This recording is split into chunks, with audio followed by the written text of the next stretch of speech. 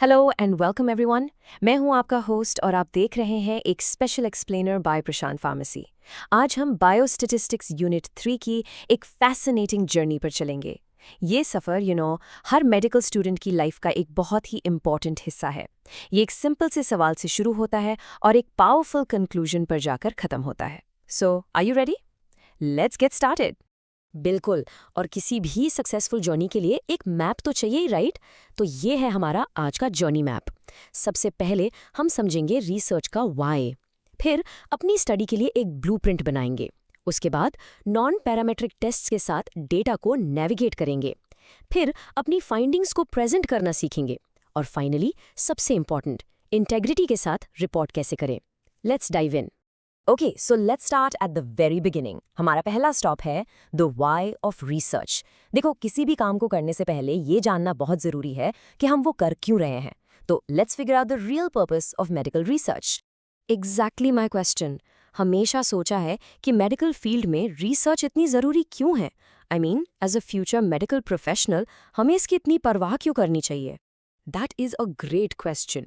देखो, रिसर्च सिर्फ किताबी बातें या एक एकेडमिक एक्सरसाइज नहीं है, ये प्रोग्रेस का इंजन है।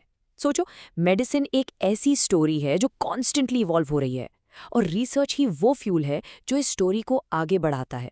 It helps us answer the toughest questions, solve real world problems with facts, improve patient care और नई टेक्नोलॉजीज को इनोवेट करना। It's all about pushing the boundaries of what we think is possible. समझ गए? तो अब Y तो clear हो गया, अब आते हैं हाउ पर। अब टाइम है अपनी इन्वेस्टिगेशन के लिए एक सॉलिड ब्लूप्रिंट, एक प्रॉपर मैप तैयार करने का। So what's the next step? Exactly, the research process एक सिस्टमैटिक जर्नी है, एक स्टेप बाय स्टेप प्रोसेस। हम एक अजीब से क्वेश्चन से शुरू करते हैं, फिर एग्जिस्टिंग नॉलेज यानी लिटरेचर में डाइव करते हैं, फिर अपनी स्टडी को डिज़ाइन करते हैं, डेटा कलेक्ट और एनालाइज करते हैं, उस डेटा से मतलब निकालते हैं, और फाइनली अपनी फाइंडिंग्स को पूरी दुनिया के साथ शेयर करते हैं। It's a journey from pure curiosity to a real contribution. Okay, so यहाँ दो तरह के स्टडी डिज़ाइंस हैं, ट्रू एक्सपेरिमेंटल और क्वाजी एक्सपेरिमेंटल। इनमें मेन डिफरेंस क्या है, और ये रैंडमाइजेशन क्या चीज़ है? Good question. रैंडमाइजेशन को आप ऐसे समझ सकती हैं जैसे ताश के पत्तों को फेंटना। ट्रू एक्सपेरिमेंटल डिज़ाइन में हम पार्टिसिपेंट्स को रैंडमली अलग अलग ग्रुप्स में डालते हैं। इससे क्या होता है, बायस का चांस कम हो जाता है और रिजल्ट सुपर रिलायबल हो जाते हैं। ये हाइपोथेसिस टेस्ट करने का गोल्ड स्टैंडर्ड माना जाता है। जबकि क्वाजी एक्सपेरिमेंटल डिज़ाइन में ये रैंडमाइजेशन नहीं होता। इसके लिए हमें बाकी वेरिएबल्स को लेकर एक्स्ट्रा केयरफुल रहना पड़ता है। ऑलराइट, अब क्या होता है जब हमारा डेटा रूल्स फॉलो नहीं करता, जब वो परफेक्ट नहीं होता? ऐसे में हीरो की तरह एंट्री लेते हैं नॉन पैरामेट्रिक टेस्ट्स। सेक्शन 3 में हम उन्हीं स्पेशल टूल्स को एक्सप्लोर करेंगे जिनकी ज़रूरत हमें मेसी रियल वर्ल्ड डेटा को समझने के लिए पड़ती है। सो यहाँ लिखा है कि नॉन पैरामेट्रिक टेस्ट्स को डिस्ट्रीब्यूशन फ्री भी कहते हैं। इसका आसान शब्दों में क्या मतलब हुआ?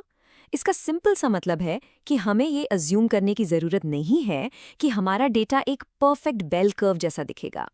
फॉर एग्जाम्पल, अगर हम पेशेंट सेटिस्फैक्शन को गुड, एवरेज, पुअर में मेजर कर रहे हैं, तो डेटा नॉर्मली डिस्ट्रीब्यूटेड नहीं होगा। ऐसी सिचुएशंस में ये टेस्ट्स लाइफ सेवर्स हैं। ये स्लाइड बेसिकली हमें नॉन पैरामेट्रिक टेस्ट्स का एक पूरा टूल किट दे रही है। अगर आपके पास बस एक सैंपल है तो आप ची स्क्वायर टेस्ट यूज कर सकते हैं। अगर 2 सैंपल्स हैं तो आपके पास विल्कॉक्सन रैंक सम टेस्ट या मैन विटनी यू टेस्ट जैसे ऑप्शंस हैं। और 2 से ज़्यादा सैंपल्स के लिए we have the Kruskal Wallis test. ये सारे बहुत पावरफुल टूल्स हैं आपके रिसर्च आर्सेनल के लिए, और हाँ, एग्जाम्स में तो ज़रूर दिखेंगे। ओके, आई नो ये फॉर्मूला थोड़ा इंटिमिडेटिंग लग सकता है, but trust me, it's pretty simple. ये बस एक तरीका है ये नापने का कि हमने जो एक्चुअली ऑब्जर्व किया ओ, और जो हम एक्सपेक्ट कर रहे थे ई, उनके बीच में कितना फ़र्क है। Think of it as a reality check for a hypothesis. जितना बड़ा डिफरेंस उतना significant result. Simple, right? Wow, तो ये एक सिंगल टेस्ट इतनी सारी इंपॉर्टेंट चीज़ों में यूज़ होता है, from medicine to pharmacy, disease association से लेकर ड्रग इफेक्टिवनेस तक। The possibilities seem endless. बिल्कुल, ये एक परफेक्ट एग्जाम्पल है कि बायोस्टैटिस्टिक्स कैसे रियल वर्ल्ड प्रॉब्लम्स सॉल्व कर सकती है। और ऐसी ही कॉन्सेप्ट ड्रिवन लर्निंग के लिए you should definitely check out farmer study with Prashant. चलिए अब हम अपनी रिसर्च जर्नी के सबसे एक्साइटिंग पार्ट पर आ गए हैं, प्रेजेंटिंग योर फाइंडिंग्स। आपने इतनी मेहनत से डेटा कलेक्ट किया, एनालाइज किया, बट अब आता है सबसे इंपॉर्टेंट हिस्सा, अपनी डेटा की स्टोरी को दुनिया को सुनाना। Let's see how to do it effectively. Absolutely. एक अच्छा ग्राफ हजारों नंबर्स की स्प्रेडशीट से बेहतर होता है। बस ये याद रखें, आपके ग्राफ सिंपल होने चाहिए, एक्यूरेट होने चाहिए और एक क्लियर स्टोरी बताने चाहिए। It's all about making your data speak. तो एक सिंपल सा सवाल, हमें कब हिस्टोग्राम यूज करना चाहिए और कब pie chart? Okay, great practical question. Let's say आप पेशेंट एजेस का डिस्ट्रीब्यूशन देख रहे हैं। इसके लिए एक हिस्टोग्राम परफेक्ट होगा। बट अगर आप ये दिखाना चाहते हैं कि एक नई ड्रग का मार्केट शेयर कितने % है, तो एक पाई चार्ट बेहतर चॉइस होगी, क्योंकि वो पार्ट्स ऑफ अ होल दिखाता है। It's all about choosing the right tool for the job. And now, we've reached the most critical stop on our journey, reporting with integrity. As researchers, ये हमारी सबसे बड़ी जिम्मेदारी है कि हम अपने काम को पूरी ईमानदारी और ethical तरीके से शेयर करें। Let's understand what that means. Let's talk about something serious. Plagiarism. ये सिर्फ कॉपी पेस्ट करना नहीं है, it's intellectual theft. ये एकेडमिक और प्रोफेशनल इंटेग्रिटी का एक बहुत सीरियस वायलेशन है और इसके कॉन्सिक्वेंसेस बहुत सिवियर हो सकते हैं। So let me be very clear, plagiarism is just not an option. Oh वाह, मुझे नहीं पता था कि इसके इतने सारे टाइप्स होते हैं। डायरेक्ट प्लेजरिज्म तो समझ आता है, बट ये मोज़ैक प्लेजरिज्म क्या होता है? मोज़ैक प्लेजरिज्म तब होता है जब आप अलग अलग सोर्सेस से थोड़े थोड़े टुकड़े लेकर उन्हें जोड़ देते हैं बिना प्रॉपर क्रेडिट दिए। इससे बचने का सबसे अच्छा तरीका है हमेशा अपने शब्दों में लिखो और सोर्स को क्रेडिट दो। The golden rule is when in doubt site. Finally, let's talk about the structure of your research report. इसे एक स्टोरी की तरह सोचो। फ्रंट पार्ट स्टेज सेट करता है, यानी इंट्रोडक्शन। मेन रिपोर्ट आपकी रिसर्च की पूरी कहानी बताती है और अपेंडिक्स सपोर्टिंग डिटेल्स प्रोवाइड करता है।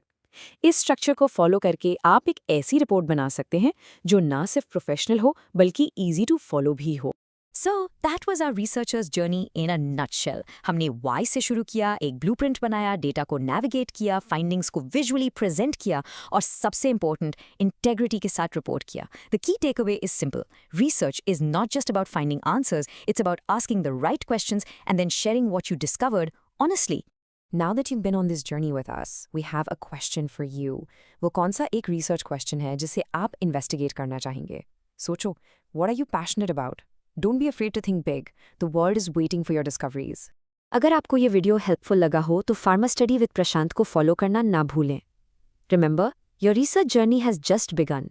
Keep exploring, keep questioning, and keep making a difference. This explainer was created by Prashant Pharmacy.